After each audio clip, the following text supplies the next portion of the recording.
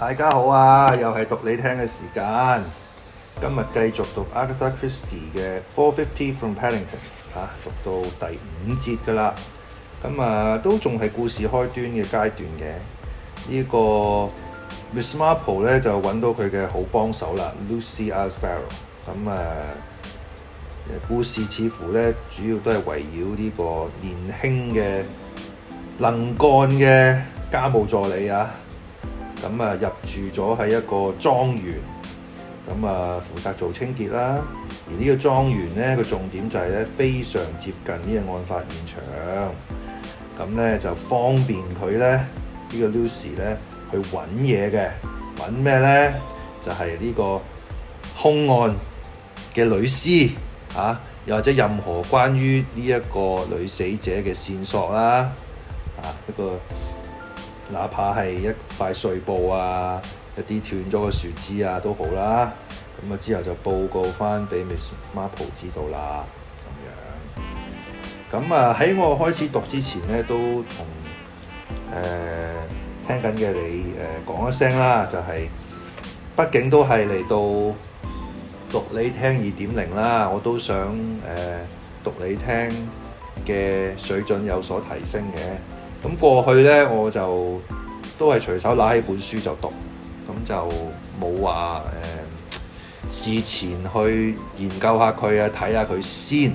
咁變咗咧有陣時候都會閱讀嗰陣時候會出現一啲誤差、啲甩漏啊、一啲理解錯誤啊。咁呢個我其實我係知嘅，只不過即係我冇諗住去投資咁多時間落去。咁但係畢竟都嚟到2.0啦，咁我都覺得應該負翻啲責任嘅，亦都想呢一個讀你聽嘅水準有所提升啦。於是乎呢，我由而家開始呢，就會花多啲時間喺讀之前呢，會預先立咗我要讀嘅內容。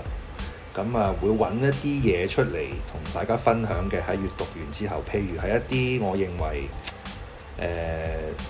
對大家有用嘅字啦，唔一定係動詞唔一定係動詞嘅，或者形容詞，有陣時可能係一啲名詞啦，或者喺故事入面經常出現嘅字詞啦。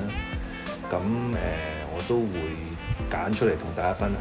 不過好遺憾地，我諗我每一次最多啦會揀3個啦。當然如果冇我唔會揀啦。但係我諗我最多揀3個到啦，因為如果唔係就無限量㗎啦。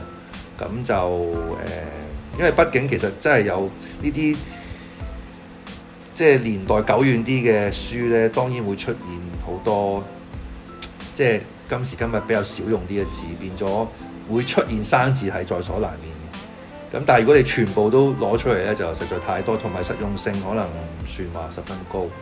不過我都係會盡量去用我嘅判斷去揀啦。anyway， 咁我繼續讀呢個第5節先啦。I suppose it will be all right if I just practice a few iron shots in the park, asked Lucy. Oh yes, certainly. Are you fond of golf? I'm not much good, but I like to keep in practice. It's a more agreeable form of exercise than just going for a walk.Nowhere to walk outside this place, growled Mr. Crackenthorpe. Nothing but pavements and miserable little bandboxes of houses. I'd like to get hold of my land and build more of them, but it won't until I'm dead. And I'm not going to die to oblige anybody. I can tell you that. Not to oblige anybody. Emma Crackenthorpe said mildly, Now, father, I know what they think and what they're waiting for. All of them.Cedric, and that sly fox Harold with his smug face. As for Alfred, I wonder he hasn't had a shot at bumping me off himself. Not sure he didn't at Christmas time. That was a very odd turn I had. Puzzled old Quimper. He asked me a lot of discreet questions. Everyone gets these digestive upsets now and again, father. All right. Say straight out that I ate too much.That's what you mean. And why did I eat too much? Because there was too much food on the table, far too much, wasteful and extravagant. And that reminds me, you young woman, 5 potatoes you sent in for lunch, good-sized ones too, 2 potatoes are enough for anybody, so don't send in more than 4 in the future. The extra one was wasted today." "It wasn't wasted, Mr. Crackenthorpe. I've planned to use it in a Spanish omelette tonight." "Ah!" As Lucy went out of the room carrying the coffee tray, she heard him say, "Slick young woman, that. Always got all the answers. Cooks well, though, and she's a handsome kind of girl." Lucy Icebarrow took a light iron out of the set of golf gloves she had the forethought to bring with her and strode out into the park, climbing over the fence. She began playing a series of shots. After 5 minutes or so, a ball, apparently sliced, pitched on the side of the railway embankment. Lucy went up and began to hunt about for it, and she looked back towards the house. It was a long way away, and nobody was in the least interested in what she was doing. She continued to hunt for the ball. Now and then, she played shots from the embankment down into the grass. During the afternoon, she searched about a third of the embankment. Nothing. She played the ball back towards the house. Then, on the next day, she came upon something. A thorn bush, growing about halfway up the bank, had been snapped off. Bits of it lay scattered about. Lucy examined the tree itself. Impaled on one of the thorns was a thorn scrap of fur. It was almost the same color as the wood, a pale brownish color. Lucy looked at it for a moment. Then she took a pair of scissors out of her pocket and snipped it carefully in half. The half she had snipped off, she put in an envelope, which she had in her pocket. She came down the steep slope, searching about for anything else. She looked carefully at the rough grass of the field. She thought she could distinguish a kind of track which someone had made walking through the long grass, but it was very faint, not nearly so clear as her own tracks were. It must have been made some time ago, and it was too sketchy for her to be sure that it was not merely imagination on her part. She began to hunt carefully down in the grass at the foot of the embankment, just below the broken thorn bush. Presently her search was rewarded. She found a powder compact, a small cheap and animal affair. She wrapped it in her handkerchief and put it in her pocket. She searched on, but did not find anything more. On the following afternoon, she got into her car and went to see her invalid aunt. Emma Crackenthorpe said kindly, "Don't hurry back. We shan't want you until dinner time." "Thank you, but I shall be back by 6 at the latest." Number 4 Madison Road was a small drab house in a small drab street. It was very clean Nottingham lace curtains, a shining white doorstep, and a well-polished brass door handle. The door was opened by a tall, grim-looking woman, dressed in black with a large knob of iron-grey hair. She eyed Lucy in suspicious appraisal as she showed her in to Miss Marple. Miss Marple was occupying the back sitting room, which looked out on to a small, tidy square of garden. It was aggressively clean with a lot of mats and dollies, a great many china ornaments, a rather big Jacobin suite, and 2 ferns in pots. Miss Marple was sitting in a big chair by the fire, busily engaged in crocheting. Lucy came in and shut the door. She sat down in a chair facing Miss Marple. "Well," she said, "it looks as though you were right." She produced her finds and gave details of their finding. The faint flush of achievement came into Miss Marple's cheeks. "Perhaps we're not to feel so," she said, "but it is rather gratifying to form a theory and get proof that it is correct." She fingered a small tuft of fur. Elspeth said the woman was wearing a light-colored fur coat. I suppose the compact was in the pocket of the coat and fell out as the body rolled down the slope. It doesn't seem distinctive in any way, but it may help. You didn't take all the fur? No, I left half of it on the thorn bush. Miss Marple nodded approval. Quite right. You are very intelligent, my dear. The police will want to check exactly. You are going to the police with these things? Well, not quite yet. Miss Marple considered. It would be better, I think, to find the body first. Don't you? Yes, but isn't that rather a tall order? I mean, granting that your estimate is correct, the murderer pushed the body out of the train, then presumably got out himself at Brackhampton at some time, probably that same night, came along and removed the body. But what happened after that? He may have taken it anywhere. Not anywhere, said Miss Marple. I don't think you followed the thing to its logical conclusion, my dear Miss Icebarrow. Do call me Lucy. Why not anywhere? Because, if so, he might much more easily have killed the girl in some lonely spot and driven the body away from there. You haven't appreciated. Lucy interrupted. Are you saying, do you mean, that this was a premeditated crime? I didn't think so at first, said Miss Marple. One would naturally. It seemed like a quarrel and a man losing control and strangling the girl and then faced with the problem which he had to solve within a few minutes. But it really is too much of a coincidence that he should kill the girl in a fit of passion and then look out the window and find a train was going round a curve exactly at the spot where he could tip the body out and where he could be sure of finding his way later and removing it. If he'd just thrown her out there by chance, he'd have done no more about it, and the body would, long before now, have been found. She paused. Lucy stared at her. You know, said Miss Marple thoughtfully, it's really quite a clever way to have planned a crime, and I think it was very carefully planned. There's something so anonymous about the train. If he'd killed her in the place where she lived, or was staying, somebody might have noticed him come or go. Or if he'd driven her out in the country somewhere, someone might have noticed the car and its number and make. But a train is full of strangers coming and going. In a non-corridor carriage, alone with her, it was quite easy, especially if you realize that he knew exactly what he was doing to do next. He must have known, all about Rutherford Hall, its geographical position, its queer isolation, an island bounded by railway lines. It is exactly like that, said Lucy. It's an anachronism out of the past. Bustling urban life goes on all around it, but doesn't touch it. The tradespeople deliver in the mornings, and that's all. So we assume, as you said, that the murderer comes to Rutherford Hall that night. It is already dark when the body falls, and no one is likely to discover it before the next day. No, indeed. The murderer would come. How? In a car? Which way? Lucy considered. There's a rough lane alongside the factory wall. He'd probably come that way, turn in under the railway arch and along the back drive. Then he could climb the fence, go along at the foot of the embankment, find the body and carry it back to the car. And then, continued Miss Marple, he took it to some place he had already chosen beforehand. This was all thought out, you know. And I don't think, as I say, that he would take it away from Rutherford Hall. Or if so, not very far. The obvious thing, I suppose, would be to bury it somewhere. She looked inquiringly at Lucy.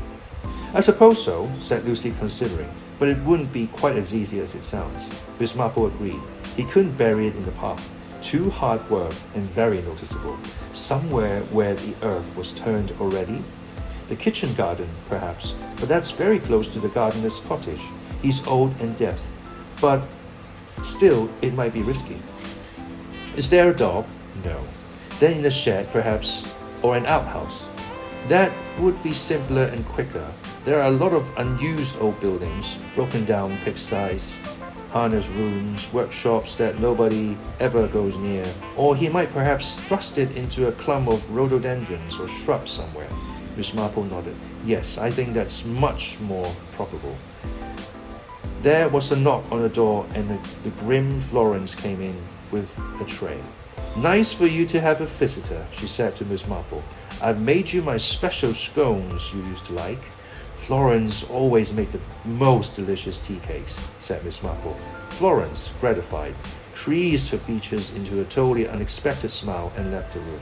I think, my dear, said Miss Marple, we won't talk any more about murder during tea. Such an unpleasant subject. After tea, Lucy rose. I'll be getting back, she said. As I've already told you, there's no one actually living at Rutherford Hall who could be the man we're looking for. There's only an old man and a middle-aged woman and an old deaf gardener. I didn't say he was actually living there, said Miss Marple. All I mean is that he's someone who knows Rutherford Hall very well, but we can go into that after you've found the body. You seem to assume quite confidently that I shall find it, said Lucy. I don't feel nearly so optimistic. I'm sure you'll succeed, my dear Lucy. You are such an efficient person. In some ways, but I haven't had any experience in looking for bodies. I'm sure all it needs is a little common sense, said Miss Marple encouragingly. Lucy looked at her, then laughed. Miss Marple smiled back at her. Lucy set to work systematically the next afternoon. She poked round outhouses, prodded the briars which wreathed the old pigsties, and was steering into the boiler room under the greenhouse when she heard a dry cough and turned to find old Hillman, the gardener, looking at her disapprovingly. "You be careful you don't get a nasty fall, miss," he warned her. "Them steps isn't safe, and you was up in the loft just now and the floor there ain't safe neither." Lucy was careful to display no embarrassment. "I expect you think I'm very nosy," she said cheerfully. "I was just wondering if something couldn't be made out of this place, growing mushrooms for the market, that sort of thing. Everything seems to have been let go terribly." "That's the master, that is. Won't spend a penny. Ought to have 2 men and a boy here, I ought, to keep the place proper, but won't hear of it, he won't. Had all I could do to make him get a motor mower. Wanted me to mow all that front grass by hand, he did. But if the place could be made to pay with some repairs. Won't get a place like this to pay, too far gone, and he won't care about that anyway. Only cares about saving. Knows well enough what will happen after he's gone. The young gentlemen will sell up as fast as they can. Only waiting for him to pop off, they are.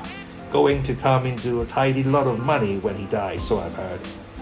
"I suppose he's a very rich man," said Lucy. "Crackenthorpe's fancies, that's what they are. The old gentleman started it, Mr. Crackenthorpe's father. A sharp one he was, by all accounts. Made his fortune and built this place. Hard as nails, they say, and never forgot an injury. But with all that, he was open-handed. Nothing of the miser about him. Disappointed in both his sons, and so the story goes. Give him an education, brought them up to be gentlemen, Oxford and all, but they were too much of gentlemen to want to go into the business.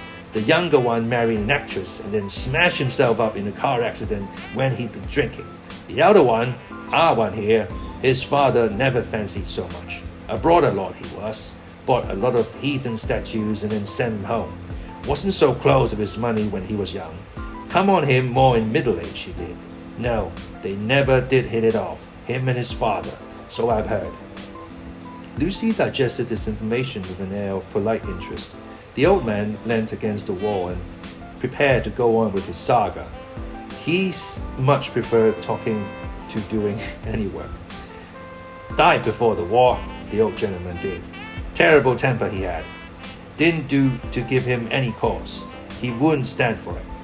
And after he died, this Mr. Crackenthorpe came and lived here? Him and his family, yes. Now I grow up, they was by then. But surely, oh I see, you mean the 1914 war? No, I don't. Died in 1928, that's what I mean." Lucy supposed that 1928 qualified as before the war, though it was not the way she would have described it herself.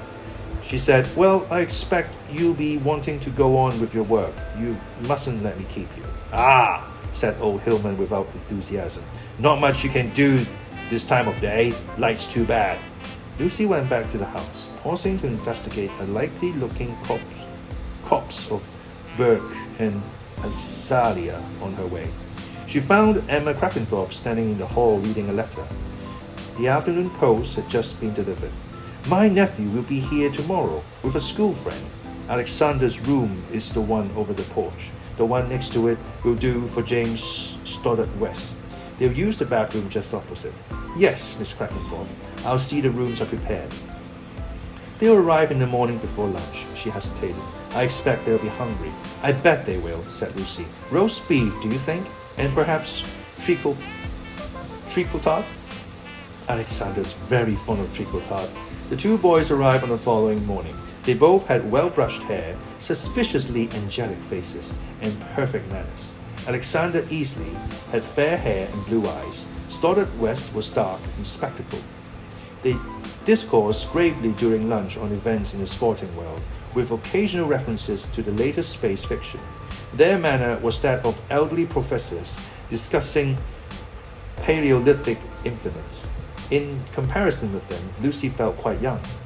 The sirloin of beef vanished in no time, and every crumb of treacle tart was consumed. Mr. Crackenthorpe grumbled, "You two will eat me out of house and home." Alexander gave him a blue-eyed, reproving glance. "We'll have bread and cheese if you can't afford meat, grandfather." "Afford it? I can afford it. I don't like waste. We haven't wasted any, sir, said Stoddard West, looking down at his place, which bore clear testimony of that fact. You boys both eat twice as much as I do. We're at the bodybuilding stage, Alexander explained. We need a big intake of proteins. The old man grunted. As the two boys left the table, Lucy heard Alexander say apologetically to his friend, You mustn't pay any attention to my grandfather. He's on a diet or something, and that makes him rather peculiar. He's terrible mean too. I think it must be a complex of some kind. Stoddard West said comprehendingly, I had an aunt who kept thinking she was going bankrupt. Really, she had oodles of money. Pathological, the doctor said.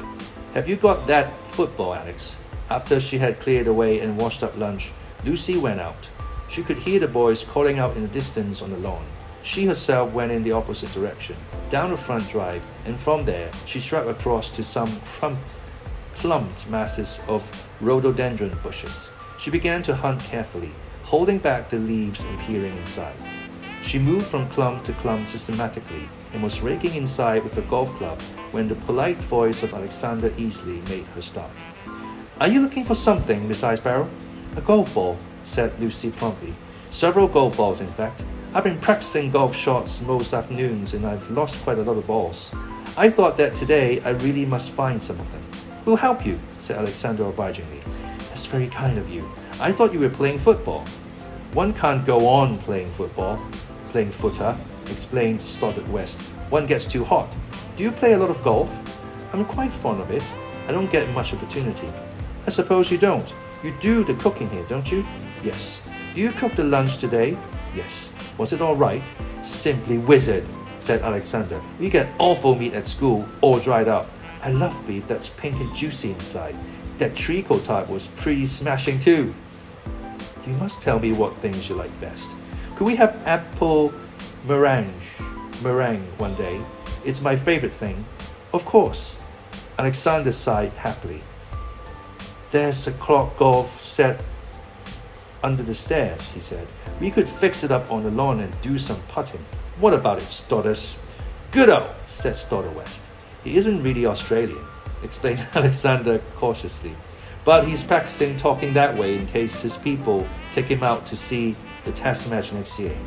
Encouraged by Lucy, they went off to get the clock golf set. Later, as she returned to the house, she found them setting it out on the lawn and arguing about the position of the numbers. We don't want it like a clock, said Stoddard West. That's kid stuff. We want to make a course of it. Long holes and short ones. It's a pity the numbers are so rusty. You can hardly see them.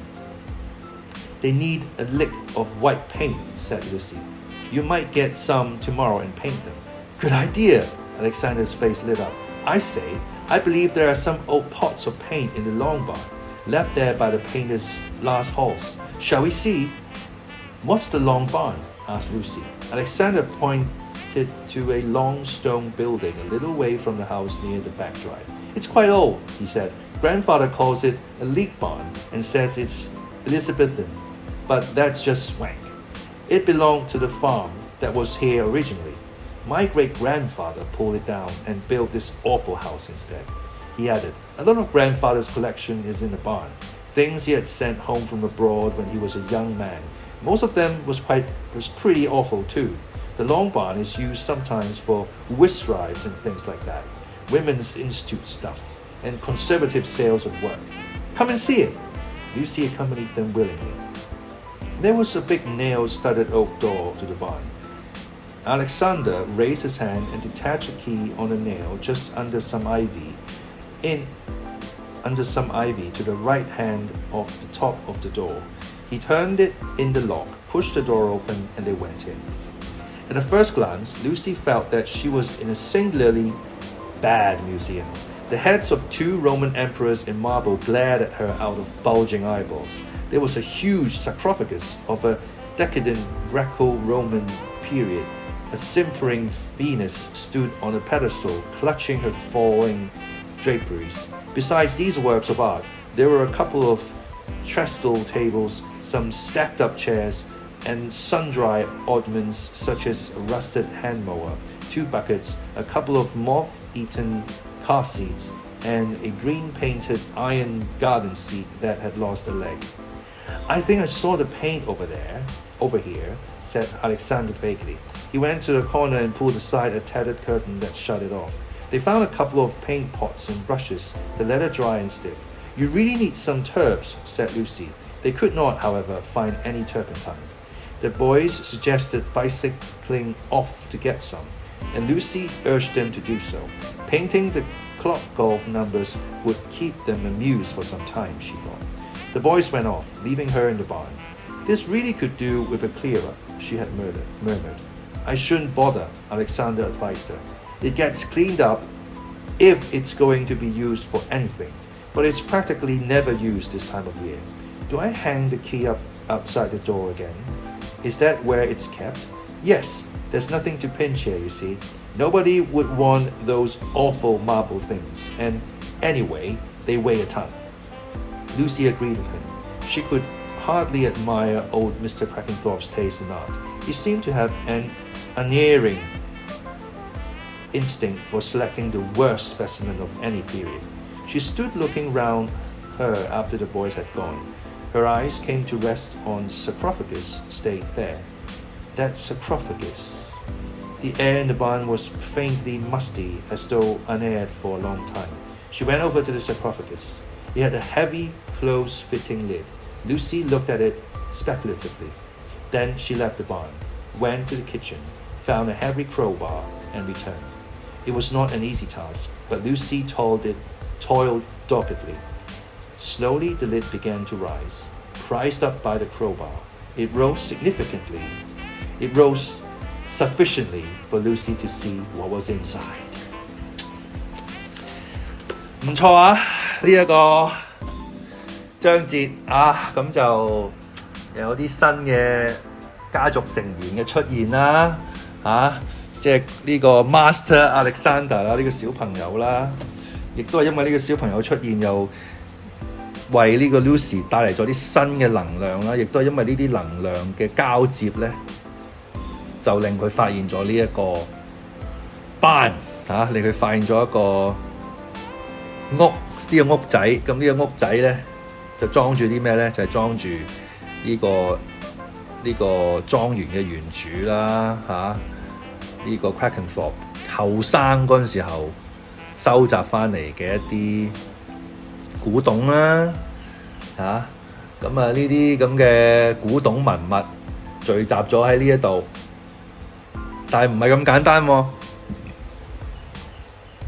呢啲古董文物當中咧有一樣嘢叫做 sarcophagus。sarcophagus 咧係咩意思咧？就係佢係中國人冇呢一個概念嘅，因為中國人咧就我哋中國人社會就棺材啦，咁棺材係木做嘅。sarcophagus 係咩咧？ sarcophagus 就係石棺。呢一種石棺咧就係一個好大，通常都係正長方形啦，一個好大正長方形，出邊有好多雕刻嘅一種石棺。而呢一種石棺入面咧就再放一個可能係木做嘅或者係其他質料做嘅一個貼身啲嘅棺材。但係呢個石棺咧基本上就係包裹住呢一個棺材嘅一種一個 container 啦，可以咁講啦。sarcophagus，OK， 呢個第一個字同大家分享。咁書入面仲有兩個字，我送多個字俾大家啦。咁仲有3個字嘅可以同大家分享下嘅。其中一個字就係 anachronism。咁呢個字平時都唔會成日聽到噶啦，不過呢個字我第一眼見到都好似唔係好 get， 咁我都要 check 翻。anachronism 就係喺書入面咧，佢哋會提到嘅。呢個 Lucy 會話佢覺得呢一個莊園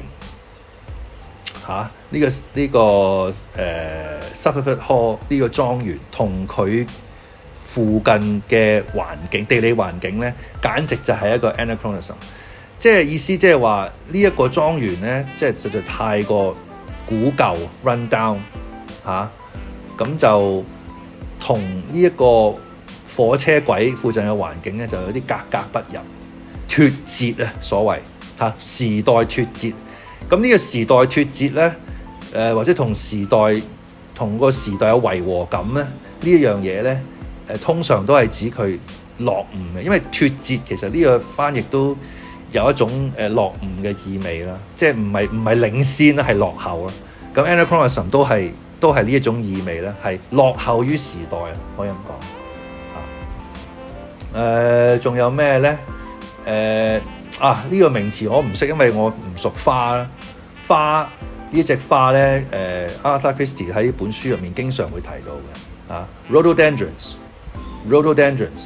杜鵑英國嘅杜鵑。咁呢一種杜鵑似乎就都圍繞住呢一個莊園嘅，經常會周圍都會見到，所以佢成日會提到。仲有一個咧就係仲有一個字就係Lucy 聽呢個少主人啦 Alexander 同佢嘅朋友啦喺度食晏晝飯喺度傾偈嗰陣時候，佢哋傾偈嘅內容就係話佢哋太老積啦，好老積好斯文，好老積，好文明，好似啲大學教授喺度討論緊一樣嘢咁，討論緊咩啊 ？Paleolithic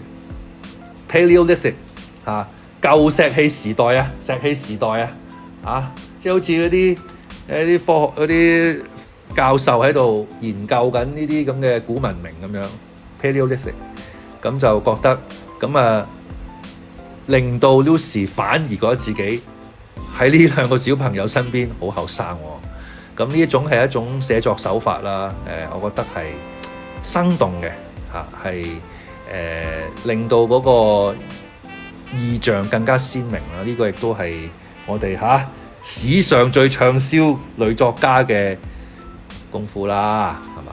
咁呢一節就講到呢度先啦。我哋非常之精彩似乎阿 Lucy 真係非常之接近咯。打開個石棺，究竟會唔會發現女屍呢？咁我哋下回分解啦，拜拜。